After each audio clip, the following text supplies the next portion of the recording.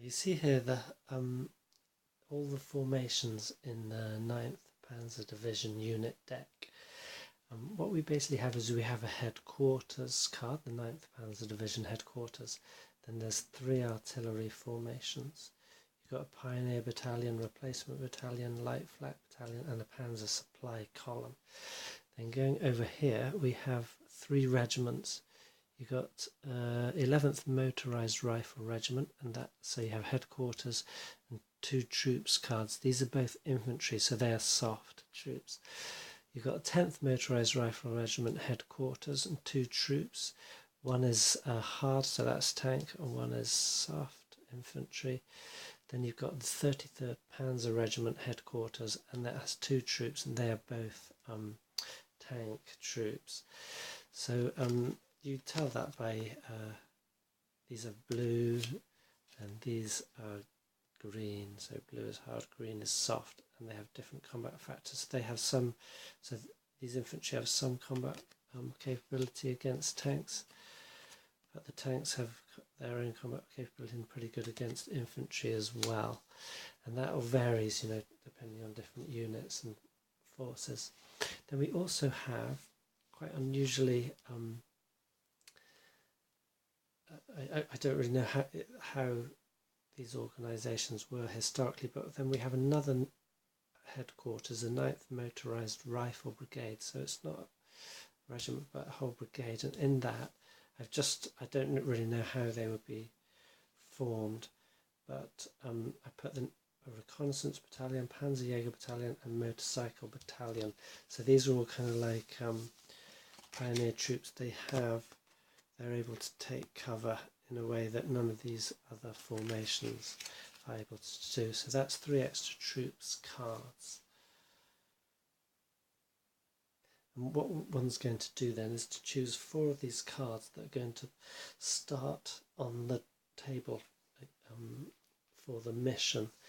Now, for the sake of argument, I'm just going to take 1 regiment and then supplement it with one of the headquarters. So I think I'll take, this is where interesting decisions are already being made, because you might think, oh well, I'll just send in my strongest, the Panzers, but the thing is that they are worth more victory points. So if they get destroyed, A, you won't have them later on in the campaign or in just subsequent missions if you're just playing one operation, and B, they will, you've got to make sure you use them well, or else they will give the enemy lots of points. So I think I'm going to go down the line. No, let's send in. We'll send in the Panzers and see what happens. So the 33rd Panzer Regiment's going in. There's 3 of those. They're headquarters and 2 troops. They're going to need some artillery support. We could choose another extra battalion to help them, but artillery is always good. And why not bring in our heaviest artillery? Okay, that's that one. So we have 3, we have 4, and now what we would do is, put them to one side and the enemy will choose theirs. Then the rest of these, we take them out and put them back into the deck. Before I do that, I'll just quickly show you, just to give you some idea. These are from the upper echelon. So we've got rocket regiments, assault guns, another rocket, self-propelled anti-aircraft, self-propelled artillery, commando battalion and an engineer battalion. Now look at these commandos. They have the highest victory point value I've ever seen, and they are extremely strong. They have a cover of 4, which means it's hard to target them. They nearly always will get in the first attack. They only take 2 hits, but they have a shock attack capability and a barrage ability, as well as the normal hard target and soft target abilities. they have a high score as well, so it's hard to get hits on them. That's the defensive score. And these two, especially the shock, they always have an option of doing it. The opponent gets no reply against that, so that's a very powerful unit, and it would always be tempting to bring it in, but like I say, you're going to want to make sure you use it where it's really going to count and not fritter it away in an operation or a mission where it's put under high risk.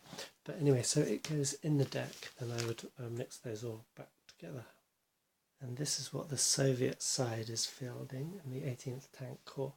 So you have the headquarters here, 2 artillery, not as many as 2 artillery. There's a mortar battalion and a mortar regiment. Then you've got a sappers battalion, anti-tank regiment, a supply column, a mortar regiment, guards mortar regiment, and an armoured car battalion. So I should put that artillery up there. So yeah, there are 3 artilleries, the same as the Germans. Not quite so much in the headquarters section. Then you have a motorised rifle brigade. Now that is huge. It's got 3 infantry battalions and 2 artillery battalions attached to it. Then you have an understrength tank brigade. I believe I might actually be missing a card there. It's just got a troops component infantry. You've got 2 more tanks brigades here, each with a tank and an infantry battalion attached to them. I can't remember, I came across this earlier and I can't remember if I realised that I had lost a card or if I, so you know, it might actually represent a historically understrength brigade, or I've lost the card, I'm not sure. And then these are the similar to the Germans but different styles. You've got the upper echelon, southwest and front additions, anti-tank regiments, another tank brigade, etc, etc. So various troops in here. Now I didn't say before, but how do these affect each other? Well, the thing is that I've mixed those headquarters. The thing is that these formations all share the same icon, which means they belong together. They cannot stack with another group. So the 181st Tank Brigade cannot stack with the 180th Tank Brigade, but the headquarters units, they all have diamond symbols, and they can stack with any of these with certain these don't normally appear on their own. So normally one of these would be reinforcing one of these standard brigades, 1, 2, 3, 4 in this case. So these are kind of like the Corps' assets, and these are their combat brigades. So I will now choose 4 of these for the Soviet side. So looking at their strength, I've gone for the 181st Tank Brigade. I'm going to reinforce it with, and there's an interesting choice to make here, because I could reinforce it with, for example, the headquarters of another brigade, or even the division, the Corps headquarters, and that would enable me to bring in, these headquarters can bring in cards in their section in a sort of more rapid manner than normally. So that would enable, if I did that and I had 2 headquarters in play, it would enable me to bring in other troops quite quicker than normally. Or I might want to reinforce with some infantry. I might have, because the headquarters are not as strong defensively, or in fact, I might want some higher echelon assets. And it's always wise. I don't really need sappers, and anti-tank would be handy.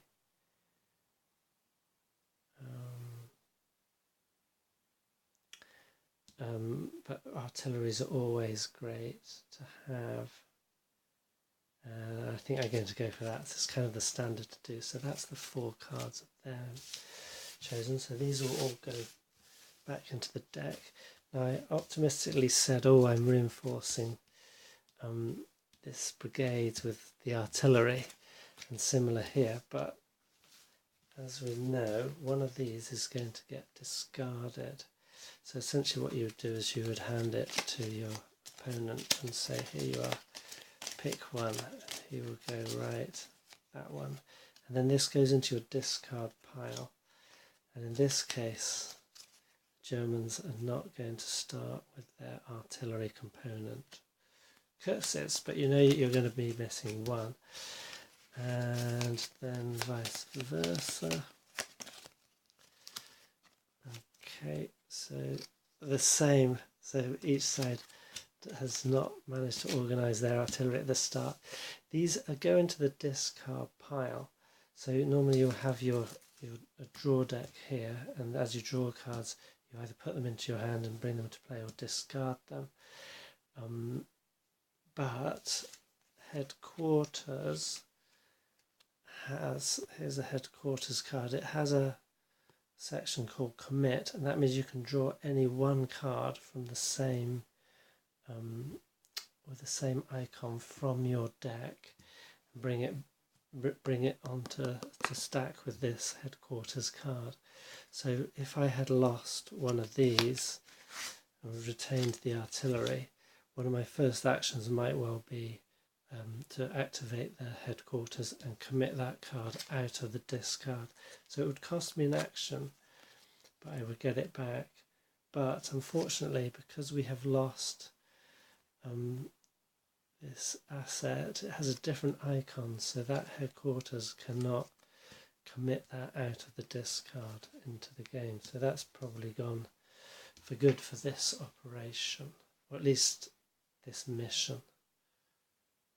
So then we go back to our mission layout, discarded cards here, and the Soviet side sets up first, and they will place their cards in their locations. So they own all these three locations, they will choose where to put them.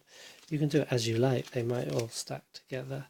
Obviously some missions you'll have a lot more cards to play with, but you also have more locations to cover. So because the Germans or the Axis is going to set up there, they're going to have to cover both of these, or else the Axis could move straight to the objective. So and then it makes sense to hold the headquarters back because it's weak and you want it to be able to commit cards in, other things like that. That's quite a strong headquarters, that tank brigade. Then that leaves us the choice of we've got infantry and tanks. So we look at what we're defending. So let's see here, this one, it gives us cover 3 and defensive value of 4. This one's cover 2, defensive value of 2. So this one gives us better defensive. Essentially cover is a check you make to see who's going to fire first. The person with the highest cover will normally get to fire first in any straightforward combat. You add a randomizer to that. So what should we do? It's difficult when you've got such limited cards, and the Axis will go first. So I think they're going to do the sort of... No, I think what I'm going to do is I'm actually going to put the stronger unit in the better cover and the weaker in the less good cover. That might seem counterintuitive, but what I'm thinking is that I want to preserve this unit because it could possibly counter-attack. So if I'm hoping that the Axis will not go here because they won't see this to start with. So I'd set them down like this, hoping the Axis are going to not head towards there because it's better defended in terms of the terrain, and they will go this way. And then this, they're not really going to destroy that and come here in their first thing. They might, it's possible. That's a risk I'm taking, but otherwise that's kind of sacrificial. It gives me a chance just to hold them while I build up something else. So we would set it up like that. Axis, the opponent doesn't know what they're going to do. They make the same kind of decision. They've got less to cover. So essentially their decision is going to be, do I leave the headquarters behind or do I bring it further up? If it's further up, then it can, well, essentially the only benefit is the commit, but another benefit is it might able to give an observation. Now that observation means that it can call in artillery fire, but we don't have any artillery at the moment, so that's not going to be immediately useful. So I will do that. Now, and we have to, so these two are in that location, and headquarters is right up on the hill, 619. That's a very nice defensive position, by the way. Not a lot of amount of cover, but you're generally going to get first fire. So the next thing to do is decide who's on top. Now normally it recommends to stack your units of formations like that, but I'm putting them side by side, and I'm always saying that the right hand side is considered on the top. So normally, if an attack went in on there, that one would be hit first, that one second. That's how you protect your rear line troops, headquarters, artillery, etc. So that's all been relatively simple in a two-player game. Note that in a multiplayer game, deciding who goes first is a bit more complicated because the mission decides, and you've got variable missions. You know, you might have Soviets going first on one mission and the Axis going first on another mission. Anyway, you figure that all out, place your formation cards, and then you draw your starting hand. So you have to have shuffled your formations back into your deck, and you take a quick look back at your divisional information, and that tells us that the minimum hand for the Axis is 5, and in this case for the Soviets it is 4. So just for argument's sake, let's say that's the Soviet hand. They've been very fortunate and drawn 2 fortune cards which can be played at any time at no cost. And they've also got 2 action cards, a tactic and an aircraft. That's a little bit unfortunate for them because really they want more formations, so they'd have liked some of these in their starting hand, but they don't have that. On the other hand, the Germans have a starting hand of 4. I've just, for the sake of flavour, I've given them a spread. So they've got an attachment here, Panzer 3J company, which can be attached to any other formation. We'll move and fight with it. They've got a fortune card. Sniper team would enable them to eliminate an enemy leader, which is a form of attachment card. They've got another formation. It's a diamond symbol, which is great, so they could bring that in normally at the base, and then it would have to move up, but there are other situations that can happen.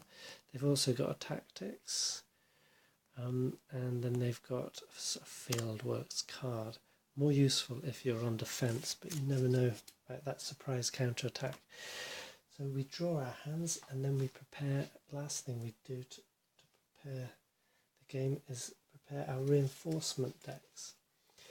Now, each side has a number of reinforcement cards, as we saw. What we have to do is check the troop quality. So the reinforcement decks come with the operations deck, not with the unit decks. So this unit has a troop quality of elite.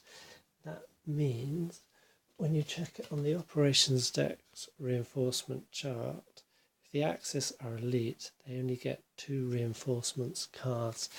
So essentially what you do is you take their reinforcements, their deck. You see they've got 1 aircraft strike and then various troops, cars, artillery, troops.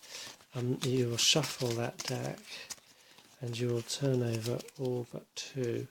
So these ones are unavailable for this mission. They have these 2 reinforcements, so you don't know exactly what your reinforcements are. Now, the Soviet 18th Tank Corps is counted as trained. It's not elite, so they get a whopping 8 reinforcements available. This is their reinforcement deck. I believe it's 9 cards, so we would just shuffle them up. Turn over 1, so they don't get that. Now, what this essentially tells you is you can see, you would be able to look at your reinforcement deck before, and so you have some idea of, well, in this case, what you're not going to get. So then you know what's left, but it's going to be a bit hit and miss for the Soviets. Obviously, the Germans are going to have a much better idea. They can look and say, okay, I know I haven't got those, so I know I'm going to get either an aircraft strike or the artillery. I just don't know in which order they are available.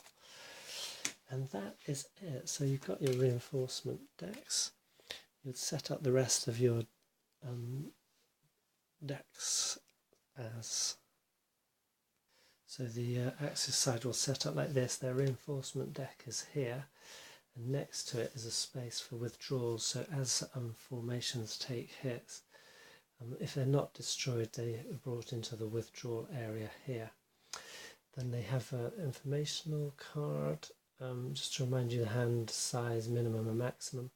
You've got the orders track. Now this is all important. It goes all the way up to 20. You're very rarely going to get that, but each turn you draw one of these cards and it tells you how many orders you have for that turn. So there's your orders envelope. You've got 2, so you have to get your little marker. So get that out and put it on the ready on the to mark your orders. And then you have your draw deck here, and oh, I've lost him. We have a discard somewhere, don't we? Okay, so I think I must have dropped him in the deck, but one of those original 4 formations is already discarded there. And then you have a victory point area here. So if the Axis destroys Soviet formations, they will go there. Remember, if the formation is just withdrawn, it will go to the Soviet withdrawal area, and that's how that works. So I'll do the same for the other side, and that is the game set up, ready to play.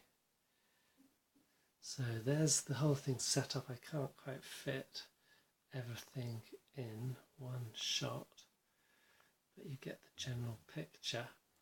And so we're ready to start the mission.